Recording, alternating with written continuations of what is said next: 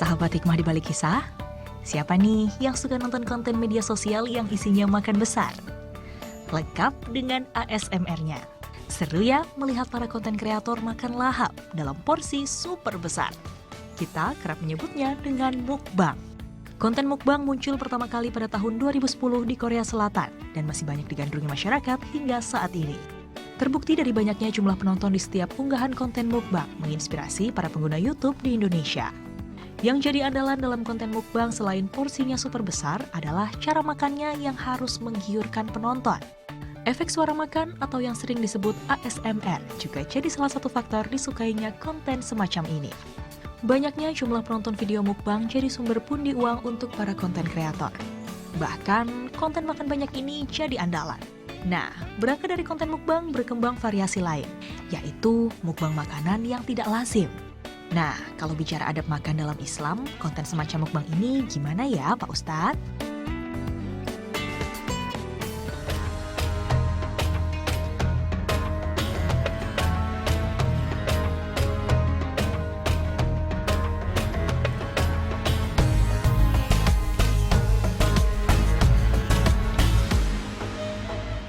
Assalamualaikum warahmatullahi wabarakatuh. Alhamdulillah pagi ini kita berjumpa lagi sahabat hikmah bersama saya Rahmah Hayiningdiah dan sudah ditemani oleh Ustadz Zaki Mirza. Apa kabar Pak Ustadz? Alhamdulillah sehat.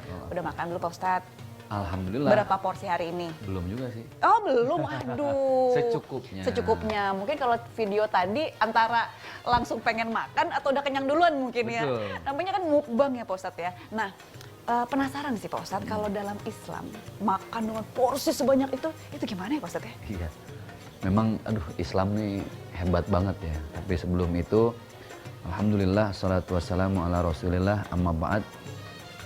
Rasulullah ini begitu banyak mencontohkan keseharian, aktivitas keseharian.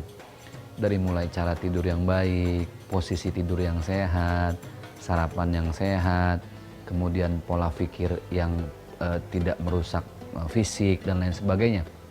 Termasuk yang Rasulullah atur itu adalah dari cara makan. Ini hebatnya dalam agama Islam, semua sudah diatur, ditata dengan begitu rapi. Ada satu hadis dari baginda Rasulullah SAW, ini salah satu contoh aja ya.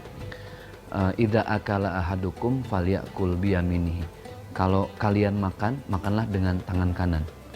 Wa idza syariba falyashrab biyaminihi. Minum pun sama. Minumlah dengan tangan kanan.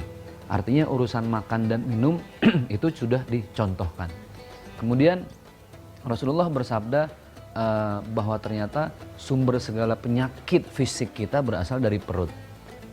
Kalau sudah ngomongin perut, maka ini sudah berbicara tentang pola makan. Rasulullah seperti yang pernah saya sampaikan, 63 tahun beliau hidup sakit hanya 2 kali. Sarapannya sehat, makan siangnya sehat, malamnya juga sehat. Jadi jauh dari penyakit.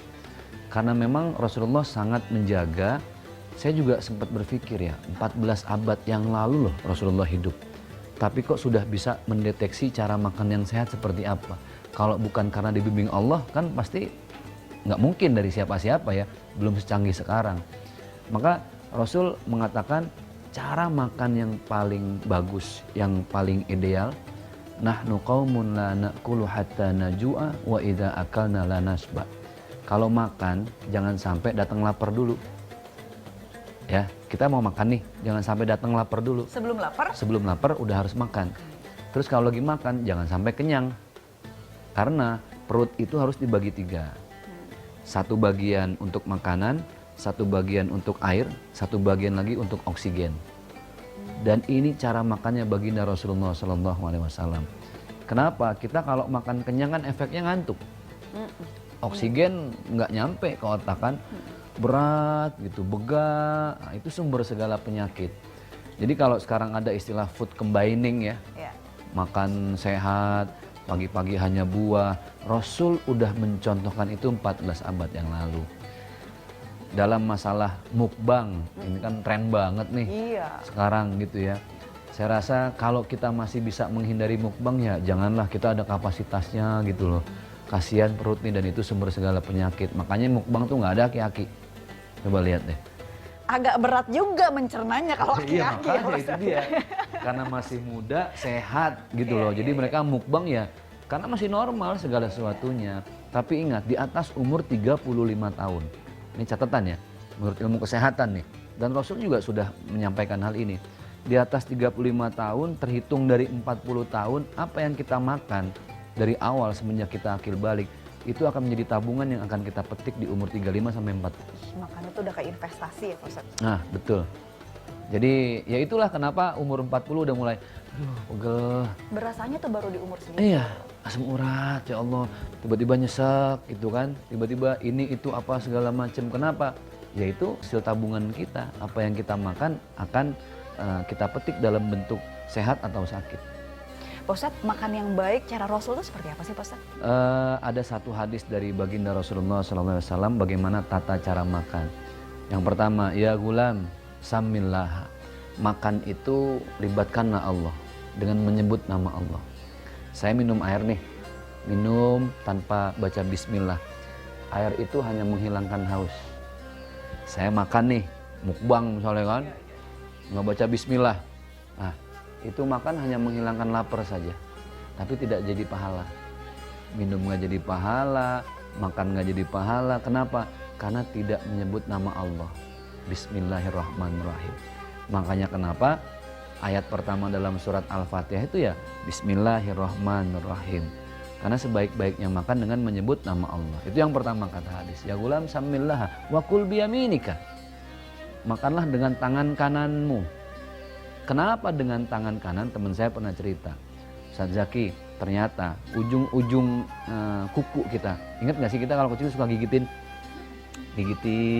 kulit-kulit yang di ujung itu enak banget gitu kan. Sebenarnya kulit-kulit itulah yang terdapat enzim-enzim yang menjadi penawar racun yang ada di makanan. Makanya kita disunahkan makan dengan tangan kan gitu. Dan tangan kanan ternyata mempunyai enzim yang berlebih dari tangan kiri. Ini penelitian. Ini Secara namanya ilmiahnya ya. ta'akuli ya, yang pernah kita bahas juga. Ta'akuli itu secara logika. Tapi yang lebih kita kedepankan ta'abudi, ketaatan kita. Yang kemudian wakul mimma yalika. Sebut bismillah, makan dengan tangan kanan. Yang kedua, kalau makan tuh jangan ngambil yang jauh-jauh. Yang ada aja di sini gitu. Maksudnya makan itu sesuaikan dengan kemampuan kita. Gitu. Yang penting sehat. Orang sehat makan apa aja enak, tapi orang sakit seenak apapun makanan jadi nggak enak. Kalau soal porsi itu tadi ya Pak Ustadz ya, jangan yang berlebihan tapi Jangan berlebihan. dibagi 3 tadi itu ya Pak Ustadz ya. Betul, betul. Untuk makanan, untuk minuman, Oksigen, untuk udara. oksigen. Iya itu benar juga. Nah Pak Ustadz, kalau misalnya nih hukumnya ketika kita makan terus misalnya untuk konten kayak gitu Pak Ustadz ya, Iya. untuk icip-icip segala macam semuanya apa yang kita coba gitu kan, tapi kadang-kadang cuman icip aja, aduh tapi udah gitu nggak habis, kayak gitu gimana sih Pak Ustadz? Ya lebih kepada mubazir ya. Innal mubadzirina kanu ikhwanas syayatin. Mubazir itu kan bagian dari teman-temannya setan lah. Kita nih sebagai muslim gini, kalau ada seorang muslim bikin konten, apalagi konten kreator, coba kita ulik jangan hanya dari sisi makanannya, tapi dari adab-adabnya gitu loh. Orang silahkanlah bikin mukbang apa segala macam, tapi kita bikin kuliner halalan thayyibah, itu kan lebih bagus gitu ya. Terus ada lagi yang memang saya lihat itu kalau kita review makanan kan cuma sedikit. Kalau memang kebutuhannya itu hanya untuk contoh saya bikin konten, perut saya udah kenyang, udah makan. Nggak bisa dong maksain bikin konten lagi, paling secuil 2 cuil udah selesai. Supaya nggak jadi mubazir, nah ini jangan disia-siakan. Bisa kasih ke tetangga sebelah, dibawa pulang take away, bisa kasih ke security di rumah. Banyak cara kok kalau kayak gitu supaya nggak mubazir gitu. Yang penting kita jangan disiksa dengan terlalu makan banyak, tapi juga makanannya juga harus disayang. Kalau misalnya masih banyak, Betul. kita bisa kasih Betul. ke orang lain begitu Pak Ustadz ya. Mubazir jangan, innallaha la yuhibbul musrifin. Allah juga nggak suka dengan yang berlebih-lebihan, jadi tidak baik. Ya sedang-sedang sajalah. Kalau dibandingin mukbang sih sebenarnya, kalau mukbang tuh kadang-kadang kita jadi ngiler gitu Pak Ustadz. Ngiler. Ada satu tontonan yang saya suka juga, ini gampang ditebak. Netizen plus 62 itu suka banget nonton film horor. Horor. Betul. Nah itu kalau dalam Islam tuh seperti apa ya? Kita akan bahas usai jeda.